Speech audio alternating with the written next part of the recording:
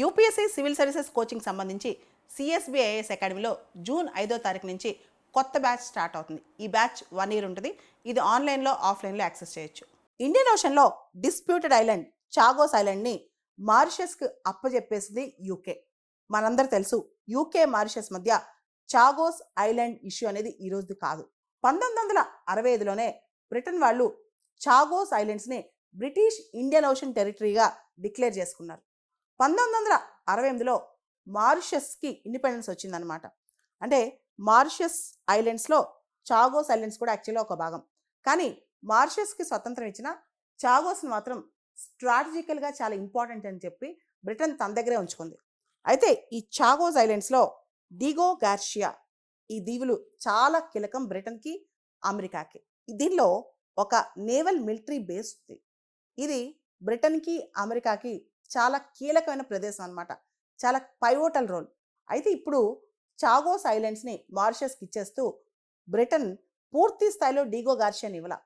In return 99 సంవత్సరాలకి Diego Garcia ఏదైతే వాళ్ళ నేవల్ బేస్ ఉందో అది చాలా కీలకం కాబట్టి 99 ఇయర్స్కి లీజ్ తీసుకుంది. పర్ ఇయర్ 101 మిలియన్ పౌండ్స్ కడుతూ 99 ఇయర్స్ లీజ్ తీసుకుందనమాట. అంటే వచ్చే ఒక సెంచరీ పాటు కూడా డిగో గార్షియా అనేది ఇంకా బ్రిటన్ చేతిలోనే ఉంటుంది. ఎందుకంటే ఇండియన్ ఓషన్లో ఆ ప్రాంతం చాలా కీలకం. కేర్ స్టార్మర్ ఈ విషయాన్ని చెప్తూ అసలు మారిషస్ లీగల్ బ్యాటిల్స్ అనేవి కంటిన్యూస్గా చేస్తూనే వచ్చింది ఈ చాగోస్ ఐలాండ్స్ కోసం. కానీ ఈ డీల్ కూడా మనకి మంచిదే. ఎందుకంటే చాగోస్ ఐలాండ్స్ కానీ ఈ చుట్టుపక్కల ప్రాంతాల్లో మారిషస్లో కానీ ఫారెన్ మిలిటరీ వచ్చినా, ఫారెన్ నేవీ వచ్చినా ఆ మారిషస్ ఐలాండ్స్ యాక్సెస్ అనేది ఇంకా కూడా మన చేతిలోనే ఉంది అని చెప్పింది. అయితే ఈ మొత్తం డీల్ సైన్ అయిపోయింది. చాగోస్ ఐలాండ్స్ సోవరెనిటీ కూడా మారిషస్కి ఇచ్చేశారు. అయితే పూర్తి స్థాయిలో ఈ డీల్ ఇంకొకసారి మారిషస్ పార్లమెంట్, బ్రిటిష్ పార్లమెంట్ ఇంకోసారి ఒప్పుకోవాల్సింది. అది ఫార్మాలిటీ మాత్రమే అనమాట.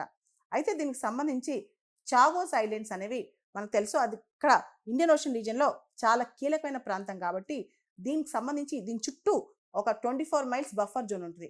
మారిషస్ చేతికి చాగోస్ ఐలాండ్స్ వెళ్ళిపోయినా డిగో గార్షియా చుట్టూ 24 మైల్స్ ఎటువంటి యాక్టివిటీస్ చేయకూడదని చెప్పి కూడా చెప్పింది ఈ డీల్లో యూకే అనమాట. అంటే డిగో గార్షియా వాళ్ళ మిలిటరీకి చాలా ఇంపార్టెంట్ కాబట్టి వాళ్ళ నేవల్ బేస్, మిలిటరీ బేస్ అంతా అక్కడ ఉంది కాబట్టి దాని చుట్టూ 24 మైల్స్ ఏ యాక్టివిటీస్ మారిషస్ చేయకూడదని కూడా ఈ డీల్లో ఉంది. అసలు చాగోస్ ఐలాండ్స్ మారిషస్కి ఇచ్చేయడానికి యూకే ఎందుకు ఒప్పుకుంది? ముందుగా చాలా పెద్ద లీగల్ బ్యాటిల్స్ చేసింది మారిషస్ ఈ ఐలాండ్స్ కోసం. అంతేకాదు ఇంకా కంటిన్యూ అయితే కనుక మారిషస్ చుట్టుపక్కల కూడా అంటే ఎటువంటి అగ్రిమెంట్ లేకుండా కంటిన్యూ అవుతే చైనా, ఇతర ఫారిన్ కంట్రీస్ అక్కడికి వచ్చి వాళ్ళ బేసెస్ ఏర్పాటు చేసుకోవడం, వాళ్ళు ఎక్సర్సైజ్ చేయడం అన్నీ చేస్తాయి.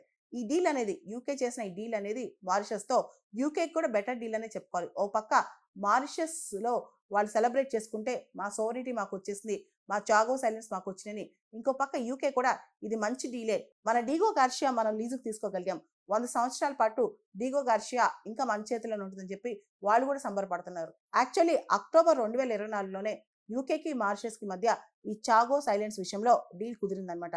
చాగోస్ ఐలాండ్స్ అంటే గ్రూప్ ఆఫ్ ఐలాండ్స్, దాదాపు 60 ఐలాండ్స్ ఉంటాయన్నమాట.